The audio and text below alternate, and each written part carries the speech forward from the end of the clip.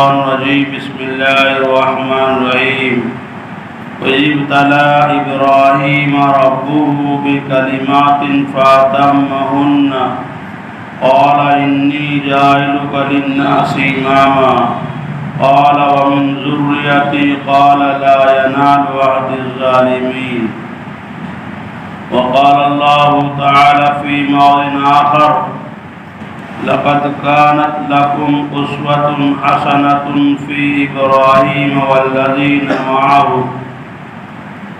صدق الله العلي العظيم وقال النبي صلى الله عليه وسلم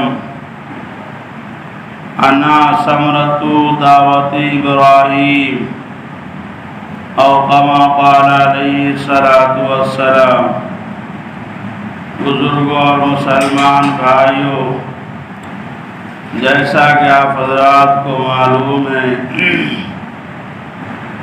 کہ عربی مہینے کے اعتبار سے ذی القعدہ کا مہینہ چل رہا ہے، اس کے بعد ذی الحجہ کا مہینہ آنے والا ہے۔ یہ ذی القعدہ کا مہینہ 11واں مہینہ کہلاتا ہے۔ اس کے بعد ذی الحجہ کا مہینہ ہے جو 12واں مہینہ ہے۔ آپ حضرات کو یہ بھی معلوم ہے کہ اپنے اپنے مقام سے حجاج کرام حج کرنے کے لیے خانہ کعبہ بیت اللہ پہنچ رہے ہیں۔ حج کرنا، حج کے اندر بہت سارے ارکان ایسے ہیں جو حضرت ابراہیم کی، حضرت اسماعیل کی یادگار ہے، حضرت حاجرہ کی یادگار ہے۔ حجاج کرام شیطان کو پتھر مارتے ہیں، یہ حضرت ابراہیم کی یادگار ہے۔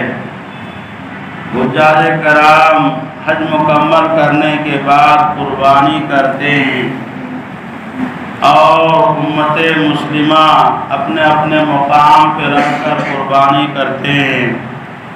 یہ حضرت ابراہیم، حضرت اسماعیل کی یادگار ہے۔ حجاج کرام سعی بین الصفا والمروہ، صفا مروہ کے پہاڑ کے درمیان دوڑ لگاتے ہیں۔ یہ حضرت حاجرہ کی یادگار ہے۔ زمزم کنویں پر جا کر، اب تو کنواں موجود نہیں ہے، پاٹ دیا گیا ہے، زمزم کنویں پہ یا آب زمزم پیتے ہیں، زمزم کا پانی پیتے ہیں۔ یہ حضرت اسماعیل کی یادگار ہے، حضرت حاجرہ کی یادگار ہے۔ تو امت مسلمہ کے اوپر آئندہ مہینے کے اندر جو دو عبادتیں واجب اور فرض قرار دیا گیا ہے، ایک حج بیت اللہ اور دوسرا قربانی کرنا، یہ دونوں انہی باپ بیٹے اور اہلیہ محترمہ کی یادگار ہے، جو قیامت تک کے لیے رہتی دنیا کے لیے یہ یادگار رہے گی، اور امت مسلمہ کے لیے اس کے عبادت کا ایک جز بنایا ہے اور اس کو ذخیرہ آخرت بنایا ہے، آخرت کا ثواب کا سامان بنایا ہے۔ اللہ تبارک و تعالیٰ کو اس گھرانے کی یادائیں اتنی پسند آئی کہ اللہ تبارک و تعالیٰ نے امت محمدیہ کے لیے اس کو عبادت کا جز بنایا، ثواب کا ذریعہ بنایا۔ آخر وہ کون سی بات تھی، وہ کون سے محرکات ہے جس کے بنا پر حضرت ابراہیم کی، حضرت اسماعیل کی، حضرت حاجرہ کی یہ باتیں، یہ ادائیں اللہ کو اتنی پسند آئی؟ کیوں پسند آئی؟ اس کے پیچھے کیا حقیقت ہے، کیا تاریخ ہے اور اس کی کیا اصلیت ہے؟ ہمارے لیے اس کے اندر کیا عبرتیں ہیں، کیا نصیحتیں ہیں؟ یہ ہم سب کو، ایک ایمان والوں کو اس نظریے سے اس کے اندر غور فکر کرنے کی ضرورت ہے۔ اللہ تبارک و تعالیٰ نے قرآن پاک کے اندر دو جگہ پر دو شخصیت کے اسوا کو، ان کی حیات زندگی کو، ان کے کردار و گفتار کو امت مسلمہ کے لیے نمونہ قرار دیا ہے، اسوا قرار دیا ہے۔ ایک حضور اکرم صلی اللہ علیہ وسلم کے بارے میں کہ لقد کان لکم فی رسول اللہ اسوۃ حسنہ لمن کان یرجو اللہ والیوم الآخر، کہ ان لوگوں کے لیے جو اللہ پر ایمان رکھتا ہو، اللہ کے رسول پر ایمان رکھتا ہو، آخرت کے دن کے اوپر یقین رکھتا ہو، ان لوگوں کے لیے حضور اکرم صلی اللہ علیہ وسلم کی زندگی کے اندر بہترین نمونہ ہے۔ وہ ان نمونوں کو اپنا کر اپنی زندگی کو اس لائق پر لا سکتے ہیں، اس پر عمل کر سکتے ہیں، ان کے لیے تمام کامیابی کی ضمانت لی جا سکتی ہے۔ اسی انداز میں، اسی طریقے سے اللہ تبارک و تعالیٰ نے حضرت ابراہیم اور حضرت ابراہیم کے ساتھ جن لوگوں نے ایمان لایا تھا، ان کے کردار کو، ان کے گفتار کو، ان کی حیات زندگی کو، ان کو امت مسلمہ کے لیے نمونہ قرار دیا ہے۔ اللہ تبارک و تعالیٰ نے قرآن پاک کے اندر فرمایا لقد كانت لكم اسوة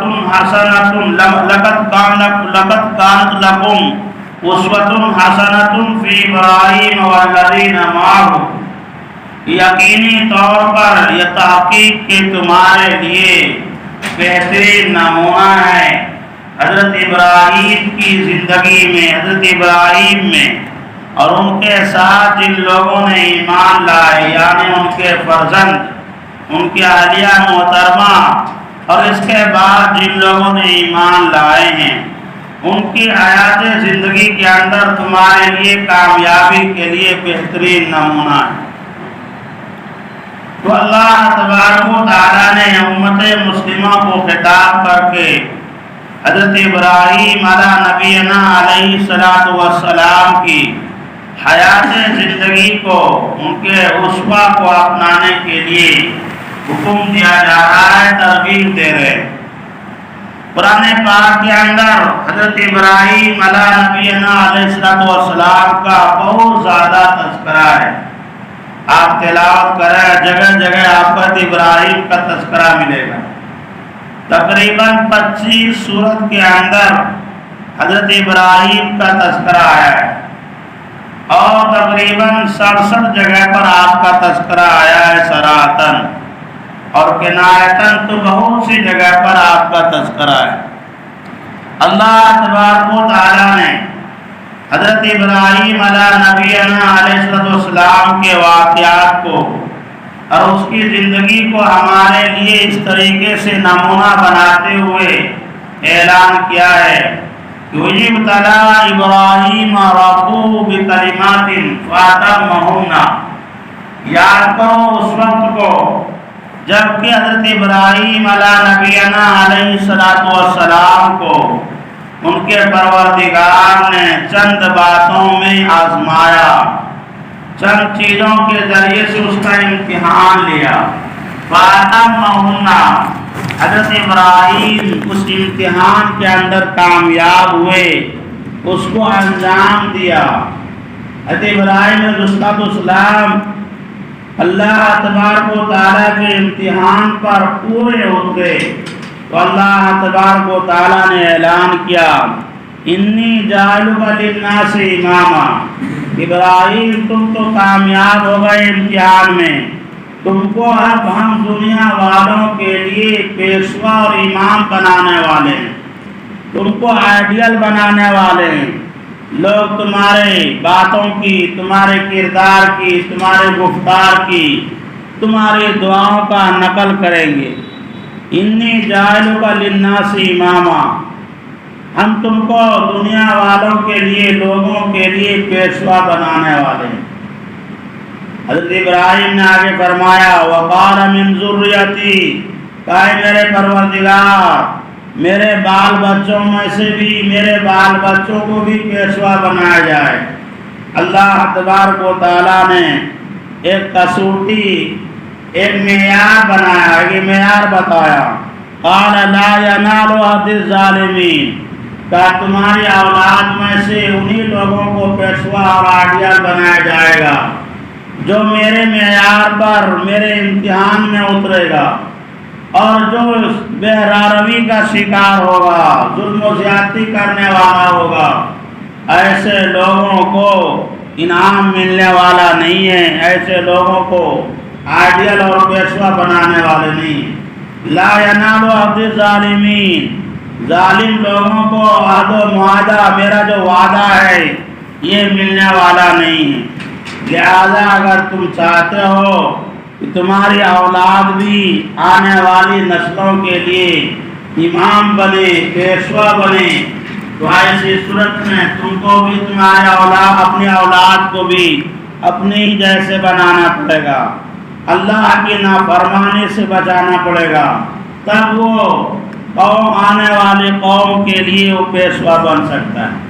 اس میں ہم سب کے لیے عبرت ہے، ہم سب کے لیے نصیحت ہے کہ اگر ہم کسی کے لیے نمونہ، آئیڈیل بن سکتے ہیں یا اپنی اولاد کو بنا دے سکتے ہیں، تو اس کے لیے ضروری ہے کہ ہم اللہ کے عہد و معاہدہ کو پورا کریں، اللہ کے بتائے ہوئے طریقے کے مطابق زندگی گزاریں، تبھی جو ہے ہم اپنے آپ کو، اپنی اولاد کو آنے والی نسلوں کے لیے پیشوا اور امام بنا سکتے ہیں۔ اس آیت کریمہ کے اندر یہ بات غور کرنے کی ہے کہ وہ کون سی بات تھی، کیا چیز تھی جو اللہ تبارک و تعالیٰ نے ابراہیم کو آزمایا، ابراہیم سے امتحان لیا، جس کے اندر کامیاب ہوئے۔ تو مفسرین نے اس کے اندر نکالے ہیں مجموعی طور پر 5 چیزیں، 5 ادوار کے اندر پوری زندگی حضرت ابراہیم کی زندگی کو 5 حصے کے اندر تقسیم کیے ہیں۔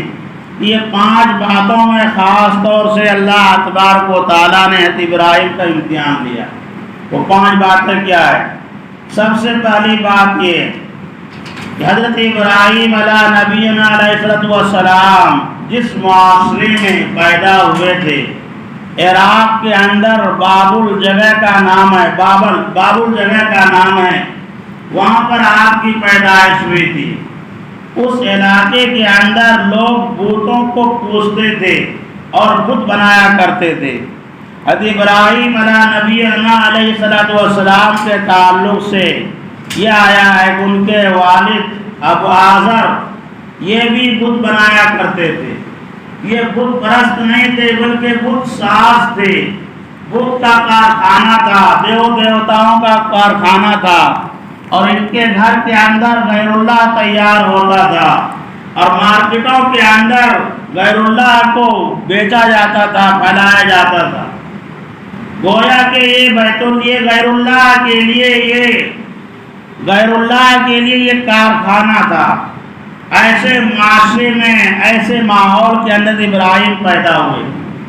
جب آپ پیدا ہوئے، اللہ تبارک و تعالیٰ نے بچپنے کے اندر آپ کو رشد و ہدایت سے نوازا تھا، آپ کو دانش مندی، عقل مندی سے آپ کو نوازا تھا، اور بچپنے کے اندر آپ کو شعور دیا تھا۔ جب آپ بڑے ہوئے، اللہ کی طرف سے حکم یہ ہوا کہ آپ اپنے معاشرے کے اندر توحید کا ڈنکا بجائیں، اللہ کے ایک ہونے کا اعلان کریں، اللہ کی ذات کا، اللہ کی صفات کا تذکرہ کریں۔ مسلمان بھائیوں، یہ بہت مشکل کام ہے اپنے معاشرے میں، اپنے محلے میں، اپنے خاندان میں، اپنے رشتہ داروں میں وہ بات کرنا جو ان کے مزاج کے خلاف ہو، ان کے عقائد کے خلاف ہو، ان کے معاشرے کے خلاف ہو۔ ممبر پر بیٹھ کر، اسٹیج پر بیٹھ کر تقریر کرنا آسان ہے، اپنے منمانی تقریر کر کے نکل جاؤ، جتنا بولنا ہے بول جاؤ، لیکن پریکٹیکل طور پر اس معاشرے کے اندر کام کرنا جہاں پر انسان زندگی گزارتا ہے، اور ایسے شخص کے درمیان جہاں پر انسان پالا ہے، جہاں پر انسان پرورش پایا ہے، جن کے گود میں کھیلا کودا ہے، ان کے عقائد، ان کے مزاج کے خلاف بات کرنا بہت مشکل کام ہوتا ہے۔ جو لوگ دین کا داعی، دعوت کا کام کرتے ہیں، ان کو اس کا اچھا اندازہ ہے۔ غیروں کو دعوت دینا، غیروں کو بتلانا آسان ہے۔ اپنے خاندان کے لوگوں کو، اپنے رشتہ دار کے لوگوں کو دین کی دعوت دینا، دین کی بات بتلانا، رسم و رواج سے روکنا نہایت دشوار کام ہوتا ہے، نہایت مشکل کام ہوتا ہے۔ ایسے معاشرے کے اندر اللہ تبارک و تعالیٰ نے ابراہیم کو حکم دیا کہ تم دعوت کا کام کرو اور ان دیوتاؤں کے خلاف دعوت دو جو بے شمار انہوں نے دیوتا بنا لیے ہیں، غیر اللہ بنا لیے ہیں، ان کے خلاف آواز اٹھاؤ۔ بتاؤ کتنا مشکل کام ہوگا۔ قرآن پاک کے اندر حضرت ابراہیم کی دعوت کا ذکر آیا ہے۔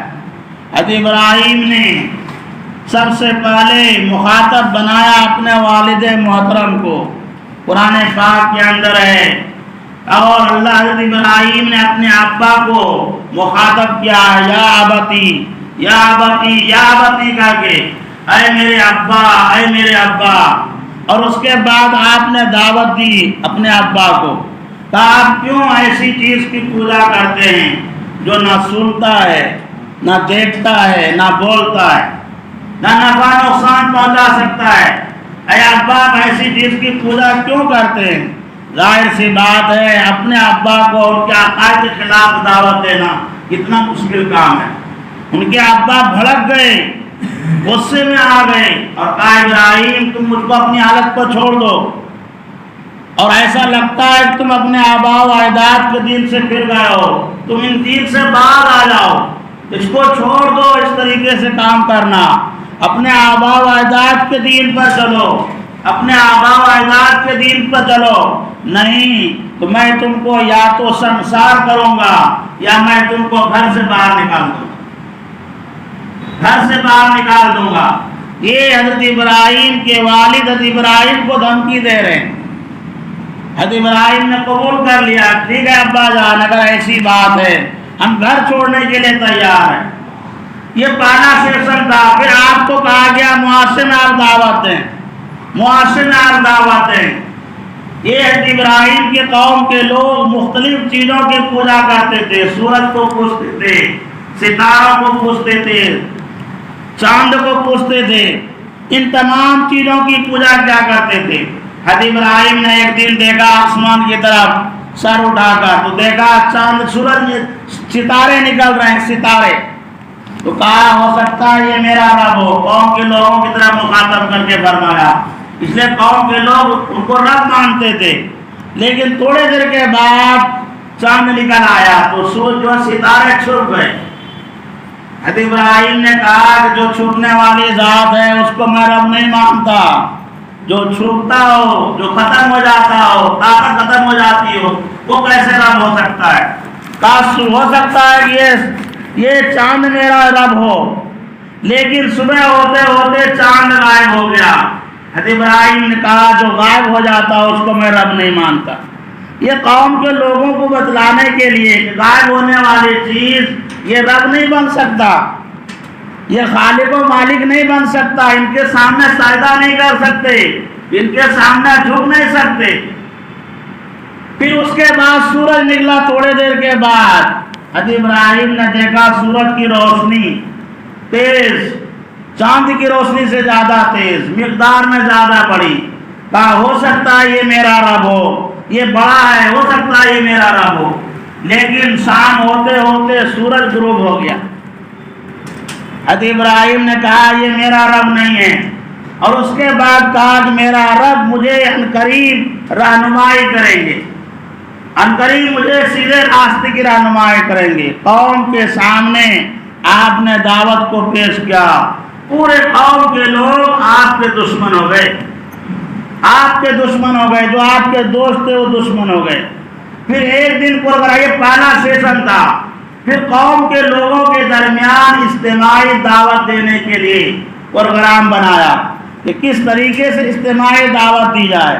قوم کے ہاں دو تہواریں آتی تھی جو مل جل کر خوشیاں مناتے تھے میدان کے اندر باہر نکل کر۔ جب وہ تاریخ آیا، مہینہ آیا اور لوگ جمع ہونے لگے خوشی منانے کے لیے، قوم کے لوگوں نے کہا ابراہیم میرے ساتھ چلو خوشیاں منانے کے لیے، لیکن وہ حضرت ابراہیم کو موقع مل گیا کہ ہم آج جو ہے ان لوگوں کو اجتماعی دعوت دیں گے، اجتماعی دعوت دیں گے، اور بہانہ مارا آپ نے، اور اس دعوت کے اس جشن کے اندر آپ شریک نہیں ہوئے۔